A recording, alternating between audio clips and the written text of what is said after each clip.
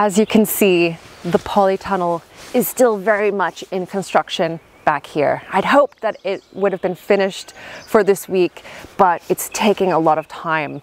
And I'm going to show you around it just now. But don't worry, when it's finished, you're going to get a full tour. You're going to learn all about this polytunnel. Now, if you have a polytunnel or you have experience with a polytunnel, you might be looking at what's behind me right now and thinking, what on earth is that? That is unlike any polytunnel I've ever seen before. And this is something that's really special. It is a really unusual type of polytunnel, one that is a true investment in growing your own veg. It is not going anywhere, and it will be able to withstand the storms that we have here on the Isle of Man. We've had some pretty heavy winds the last couple of days, and once it's up, I'm going to have zero worries about any damage, and it's going to create a really warm environment for me to grow heat-loving plants like chilies and peppers and eggplant and tomatoes. Tomatoes! I just cannot wait for those first harvests, and I have so many different varieties, way more than I've ever grown before, just at that seedling stage in the house under grow lights. And from here on out, this is going to be such a game changer. Let's go have a look.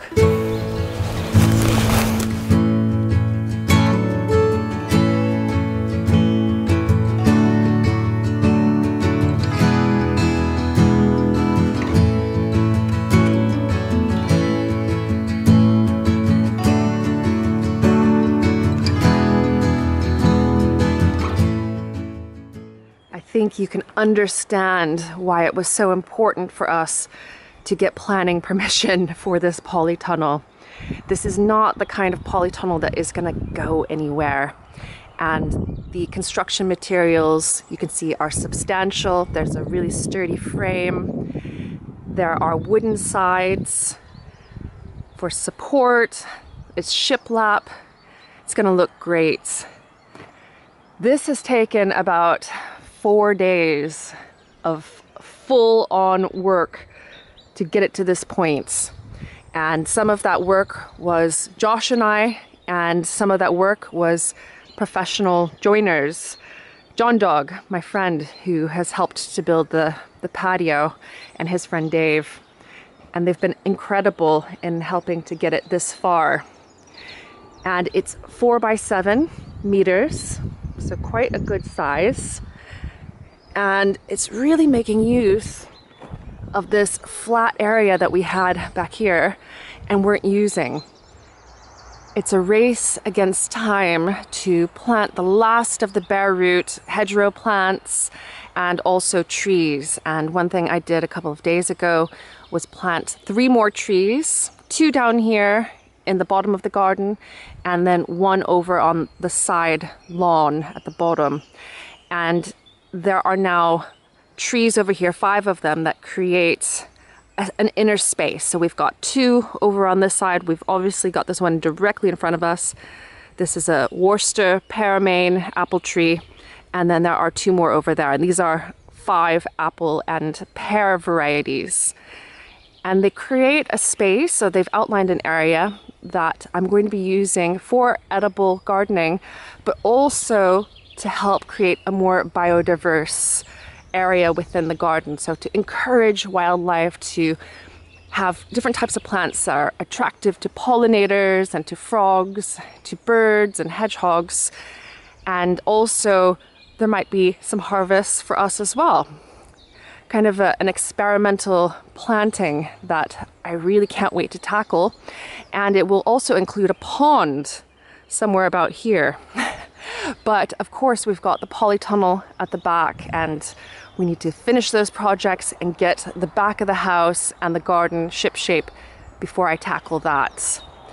Now, for the garden, we have wood chip, finally. I've been waiting for a new delivery of wood chip from one of the local tree surgeons. A friend came to my rescue, Luke, and he brought in a big load of really good wood chip.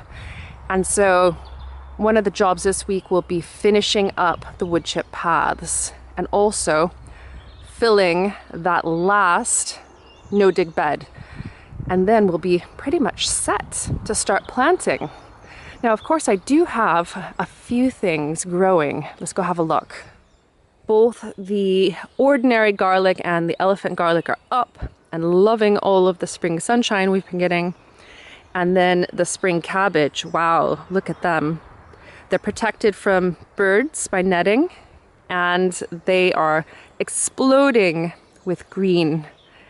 And it's interesting because I was tidying up all of my potted plants and containers yesterday, and we'll get to that in a second. And I found quite a few small plants, spring cabbage, that I'd put into small pots and then kind of forgot about. They're much smaller than these because they're in smaller containers. But were I to plant them, and I do intend to do it, they will grow and become plants like this and even larger. And so in a way, I've accidentally done a little bit of succession sowing with the spring cabbage. The broad beans are doing much better. They were quite leggy at one point, and I nipped out all of their growing tips. And I had them covered with fleece for a while as well to protect them from the wind and also from any curious birds. And they're starting to rebound, and they look like they're going to be needing some support soon. So sticks with string just to hold them up as they grow vertically. I have an entire video that introduces you to the Vegepod and how it can create basically an upright raised bed on your patio. And these are great, but when they're empty and no compost, no plants inside, they are very, very light. And when I woke up this morning, I'd had this sat out here from yesterday, and in the night it had blown into the hedge. And so I raced out here and I got it sorted, but I need to get it filled not only to stop it from going into the hedge, but also to grow some crops in.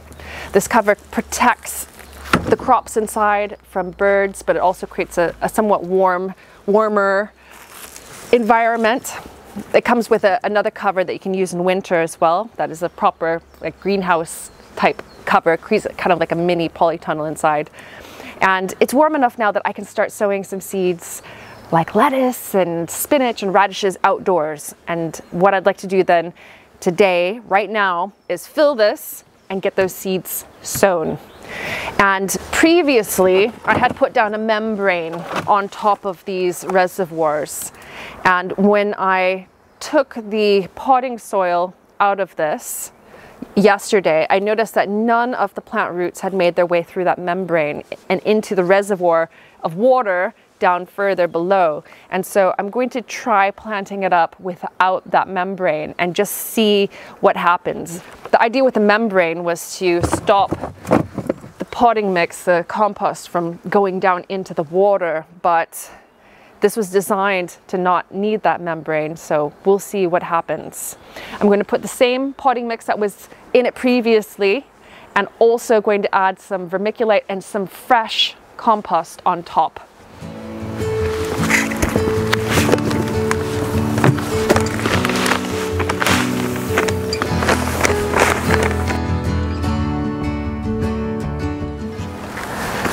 This last layer is some fresh composted horse manure. Good stuff.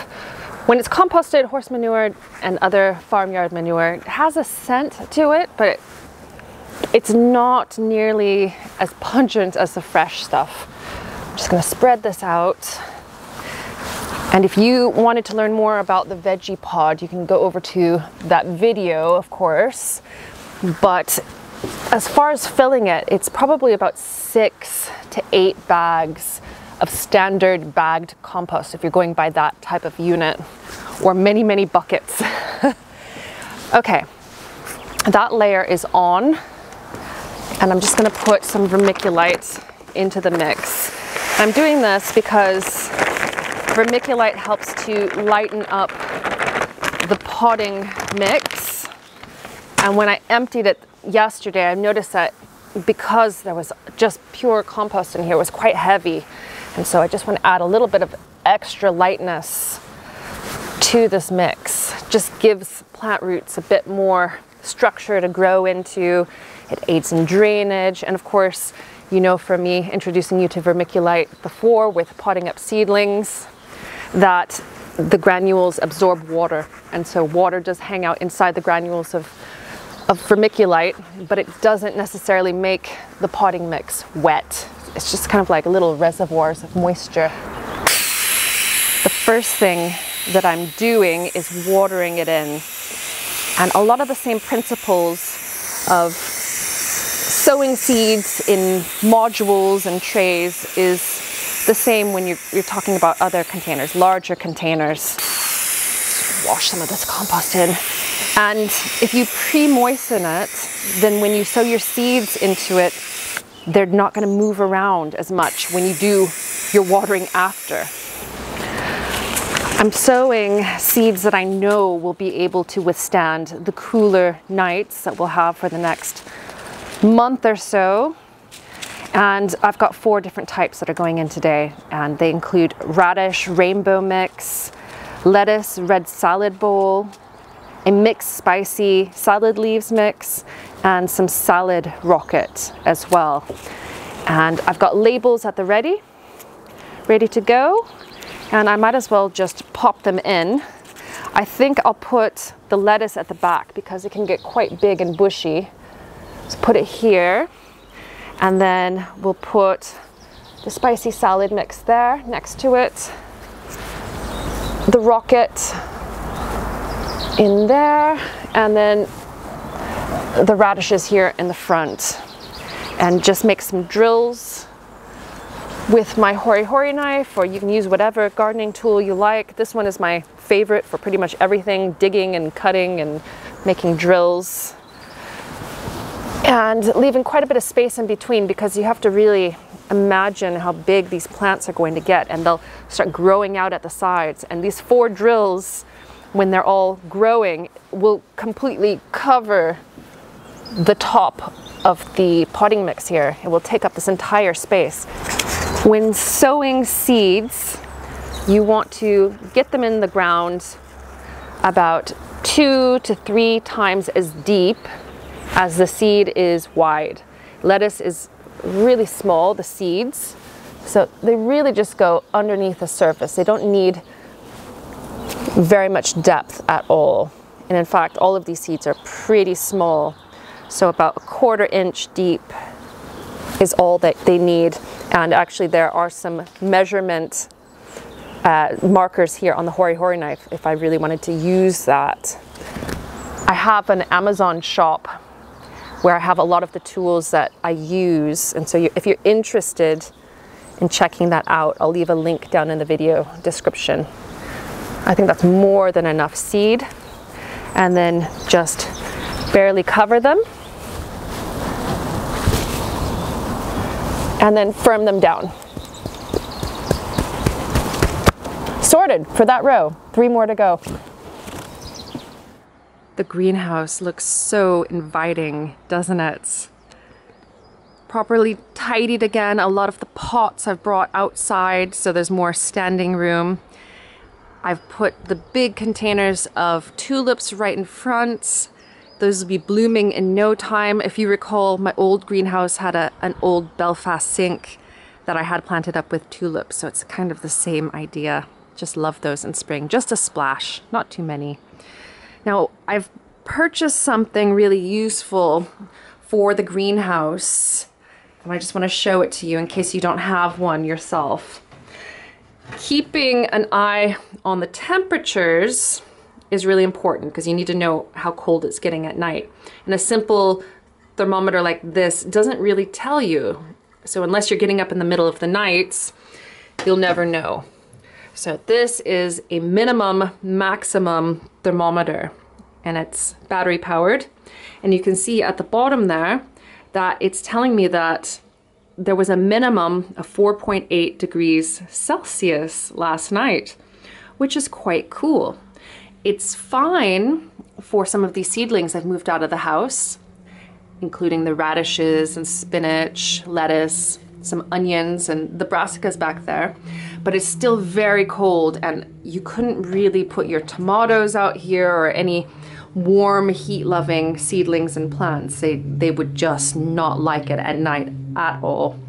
And so knowing how cold it gets really can tell you what you can start sowing and if they're going to be surviving the nights inside your greenhouse. And if it's too cold like that, you can heat your greenhouse or outdoor growing space, you know, whether it's a cold frame or polytunnel, but that's not something that I do. So I just wait until it's warm enough.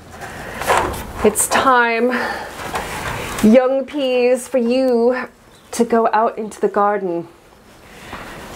Again, these are a type that I sowed last autumn. They are a dwarf pea, so they don't grow very tall, maybe 3 feet tall. It's a type called Meteor, and I've grown them before. And growing them in gutters like this is just something that I tried out some years ago. It works really well. You can really keep an eye on them and keep them protected. And this was watered yesterday. It feels really dry, so I'm going to give it a water, and then we're going to slide these out into place in one of the no-dig beds in the garden. I'm just admiring the very first of the plum blossoms on this plum tree. It was really affected by plum pocket last year, and I'm going to try my best to remove any affected fruit and see if it survives, because it's a good tree. It needs to be pruned though. You don't do that in winter with stone fruit. You wait until summer, otherwise it can get sick. Now, these peas. I've dug a little trench here. This is just pure composted manure, and it's already starting to slide, which is a good sign. Sometimes I struggle with getting these out, and sometimes it's really easy. I'm just going to step in the center here so that you can see it a little bit better. And all I'm going to do is slide this out, hopefully without any mishaps, into this trench. Oh yeah, very good. There it goes. Super easy. It's probably the easiest so far. And so growing them in this way really enables the peas to grow in a protected place, and also you don't disturb the roots when you're planting them up. Let me just get some gloves on, and then we'll just get these a little bit better planted. I'll just use my hands to draw the compost up on either side. Now, the last thing I'm going to do is build a pea structure.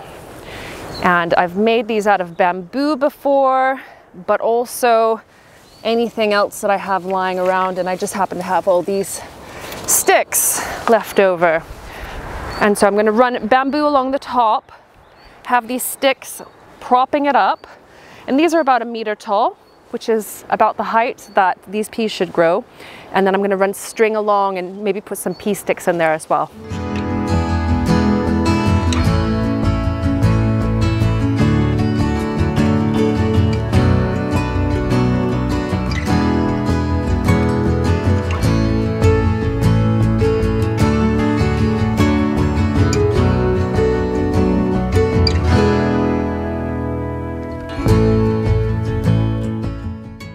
Maggie, are you going to be good?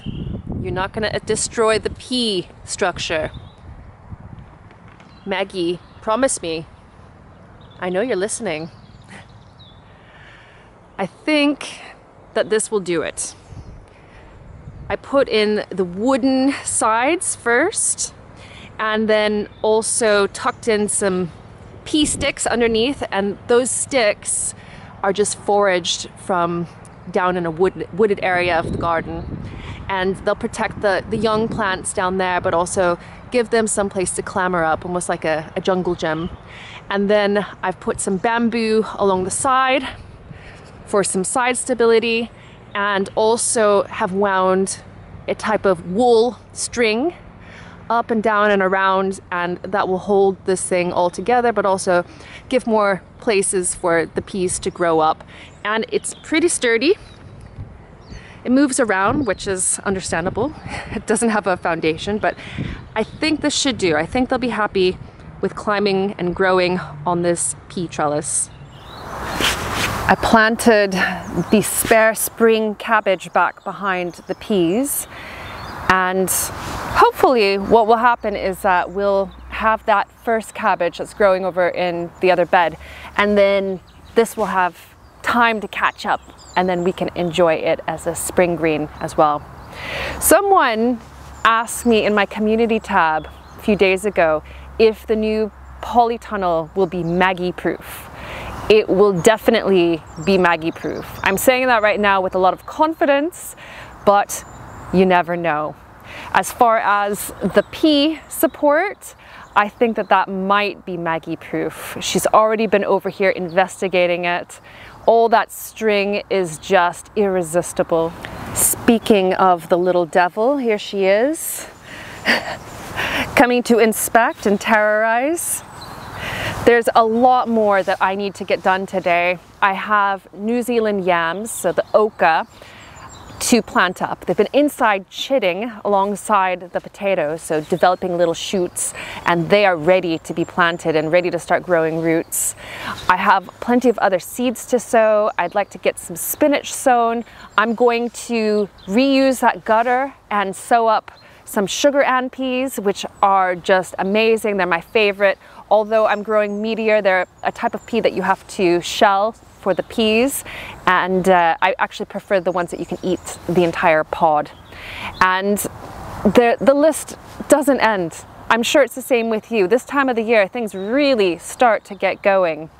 And especially when you have a mischievous little cat following after you, destroying everything. Look at her, the cheek of her. Oh, she's just such a sweetie though. I can't be mad at her.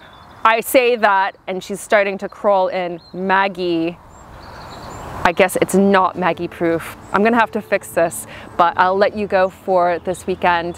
Hopefully I'll be back next week with a completed Polytunnel to show you. And if not, you'll definitely get an update. Maggie, get out of there. Come here. Come here. You.